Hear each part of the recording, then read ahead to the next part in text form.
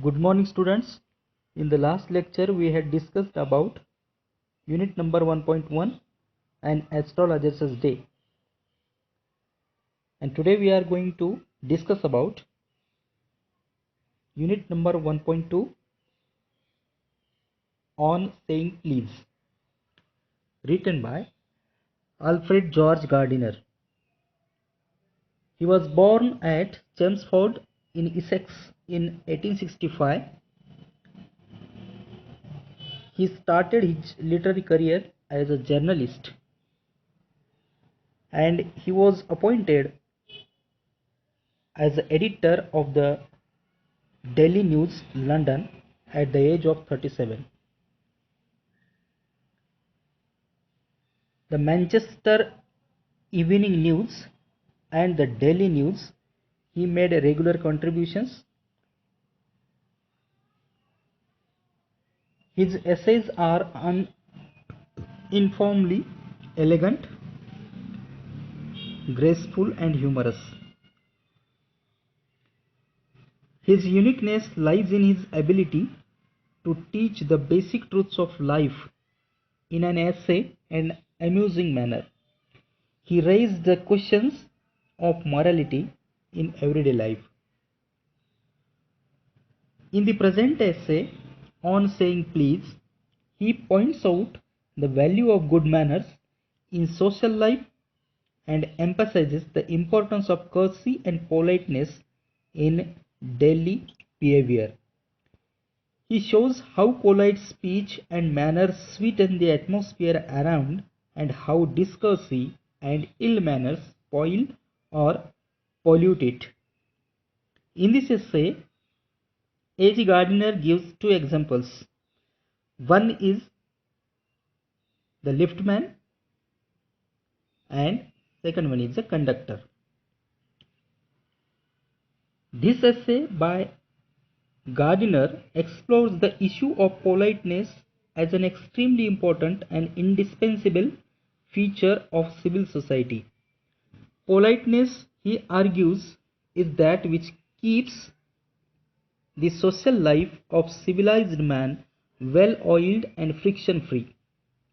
Good temper gives rise to naturally pleasant behavior that radiates pleasantness all around.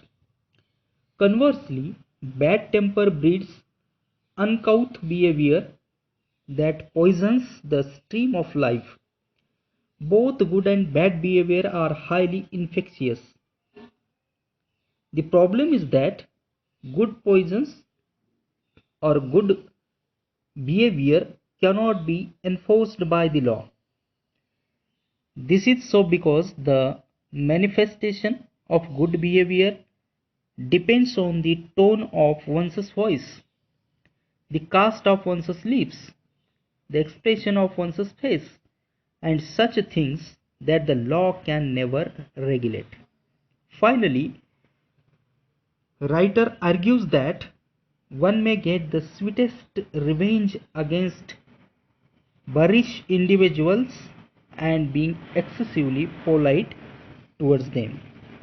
The essay begins with the author recounting an incident of a lift attendant who threw a passenger out of his lift.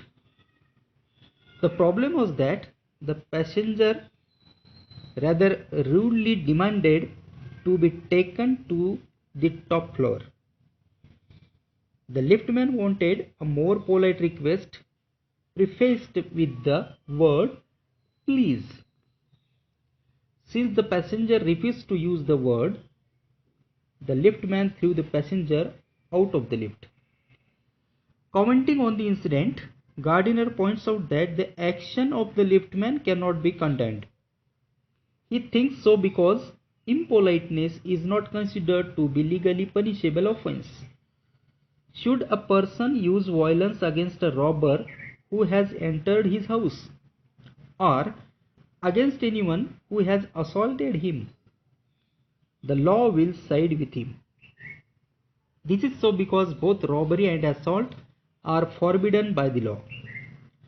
However, there can be no law against rude behavior. Gardiner feels that although we may feel sympathetic towards the liftman, we must agree that the law is right in not giving us the freedom to use violence against people whose manners or expressions we do not like. For if we were given such liberty, our hands would be always busy hitting people and drains of the city would run blood all the time. The author says that the only penalty one has to pay for being rude or arrogant is that people will call him a rude fellow. The law, on the other hand, will protect rather than punish him. The legal system does not impose any restriction on manners, just as it does not impose any restrictions on one's personal appearance.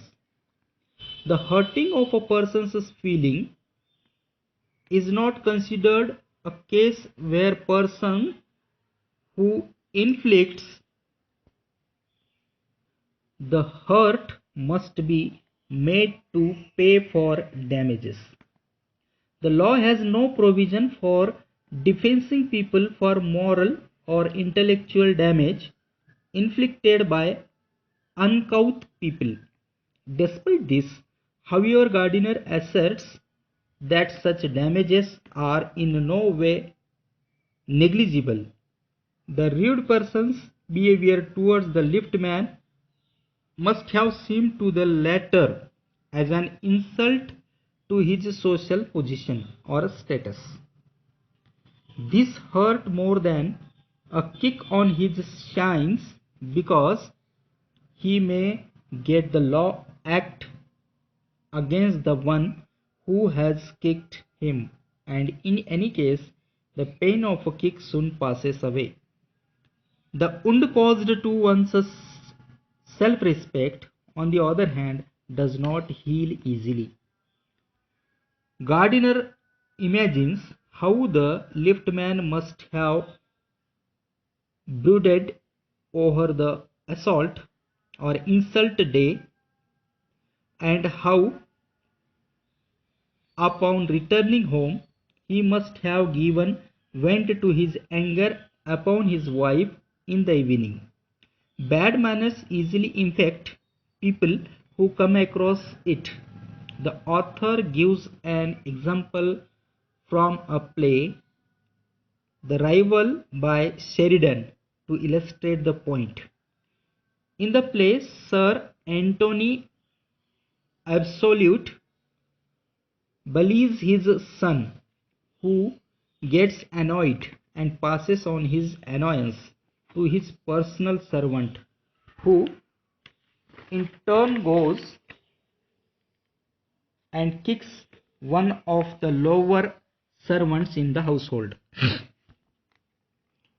Trying to trace the root of the lift passenger's rude behavior, Gardiner guesses that the problem might have begun with a housemaid who had been rude to the cook, who, as a result, might have been rude to his mistress, who, in consequence, might have passed on her annoyance to her husband, who ultimately passed on his annoyance by being rude to the liftman. Bad manners, in his opinion, are highly contagious and poison our life in general than the entire list of legally recognized crimes. If a woman is boxed by an otherwise gentle husband, there are many more who suffer in silence from bad temper. Yet the law cannot do anything in this regard. No decalogue could make a list of all the harm inflicted by manners, moods, facial expressions, and the like, nor can these be dictated by any law.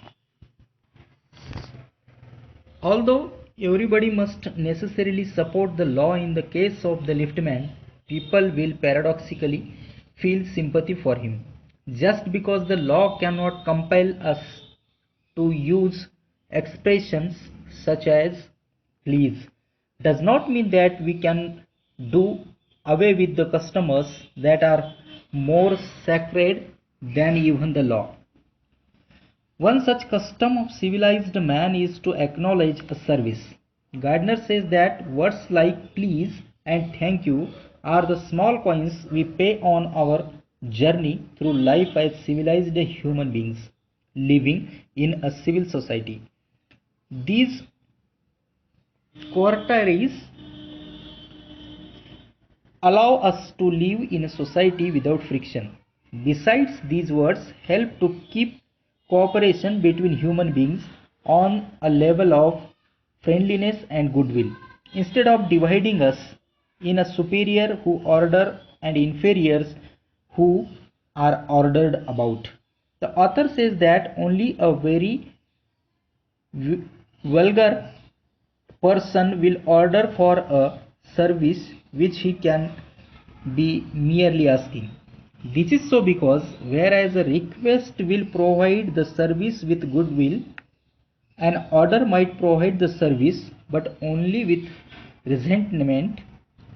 Gardner then goes on to state that wishes to hold up the example of a friend of his whom he calls the polite conductor.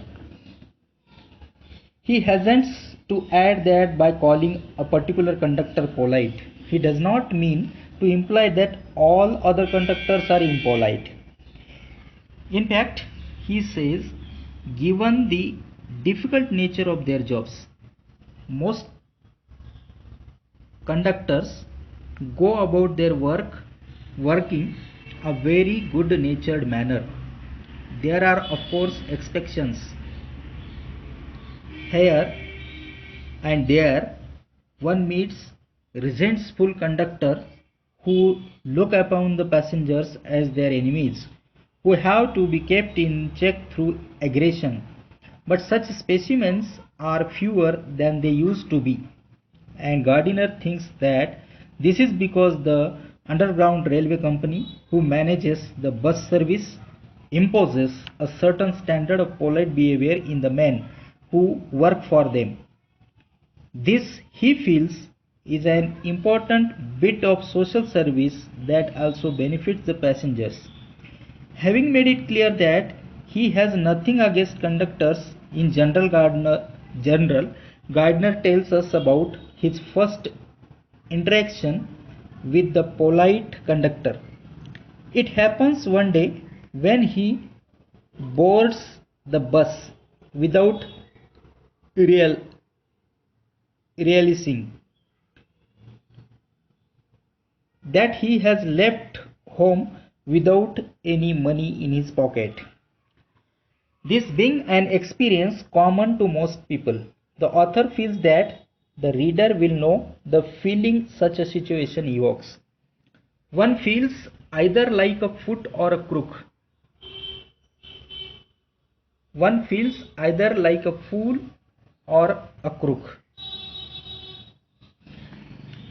One almost expects the conductor to look at him suspiciously and imply that this is a common trick played by crooks and be asked to get off the bus, means out of the bus.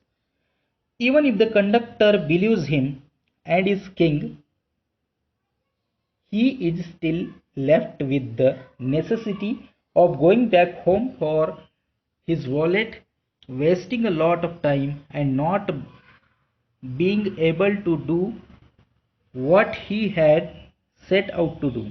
Finding no coins at all in his pockets, Gardiner tells the conductor that he must go back home to fetch some money. At this, the conductor tells him that he does not need to get off. Flourishing his bundle of tickets, he offers to give the author a ticket to wherever he may want to go. When the author told him the destination, the conductor handed him the ticket. But when the farmer wanted to know where he should send the money, the cheerful reply he got was that he was bound to meet the latter someday on some bus. Luckily for Gardiner, he found a coin in his pocket at last and managed to pay the fare. The joy, however, that such pleasantness on the part of the conductor gave him did not diminish even a tiny bit. Soon after, it so happened that the same conductor accidentally stepped on the author's toe, causing him much pain. The cheerful conductor was quick to apologize, saying that he had got those heavy boots on because his toes were often trod on. Yet, ironically, he himself was now stepping on people's toes. When he asked Gardiner if he were hurt, the latter reassured him that he was not, even though in point of fact he was. What is illustrated here is the effect of politeness and how good behavior evinces good behavior. From that incident onwards, the author begins to take note of the polite conductor and his actions. Consequently, the atmosphere inside this particular conductor's bus was very pleasant. His politeness, his readiness to accommodate, his pleasant manner of conducting himself resulted in making his passengers happy, which in turn made his own work easy. That is why Gardiner points out that his politeness was not a waste but a very good investment. So, in this essay on saying please, H. Gardiner beautifully explained good manners and bad manners.